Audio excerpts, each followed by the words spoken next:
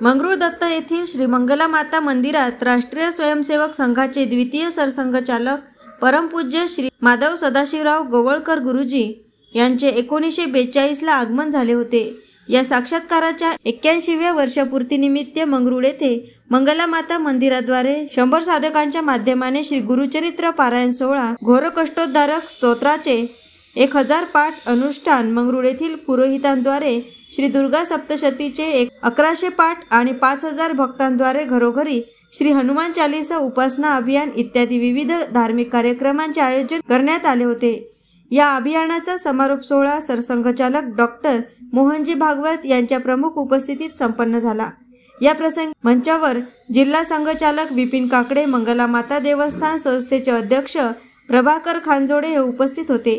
प्रास्ताविक संस्थेचे अध्यक्ष प्रभाकर खानजोडे यांनी केले। त्यांनी मंदिरासह मंगरूळचा इतिहास विशद केला। मंगरूळ सारख्या छोट्याशा गावातून संघाकरिता 4 प्रचारक निघाल्याचा विशेष उल्लेख त्यांनी केला। मंगला माता मंदिराच्या विकासामध्ये संघाच्या अनेक कार्यकर्त्यांचे योगदान असल्याचे त्यांनी सांगितले। मंदिराचे मुख्य पुजारी मोहनदेव यांनी यावेळी संकल्पाचे वाचन केले। आपल्या अभिप्रायामध्ये सरसंघचालक डॉक्टर मोहनजी भागवत यांनी संकल्पाचा विशेष उल्लेख केला।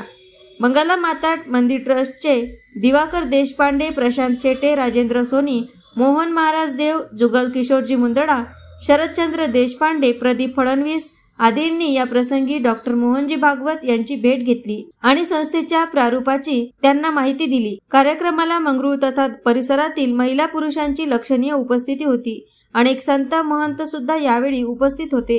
कार्यक्रमाचे संचालन वैभव पोद्दार यांनी केले तर आभार सचिव रवींद्र देशपांडे यांनी केले। एएस न्यूज महाराष्ट्र करिता धामणगाव रेल्वे येथून प्रतिनिधी संतोष वाघमारे।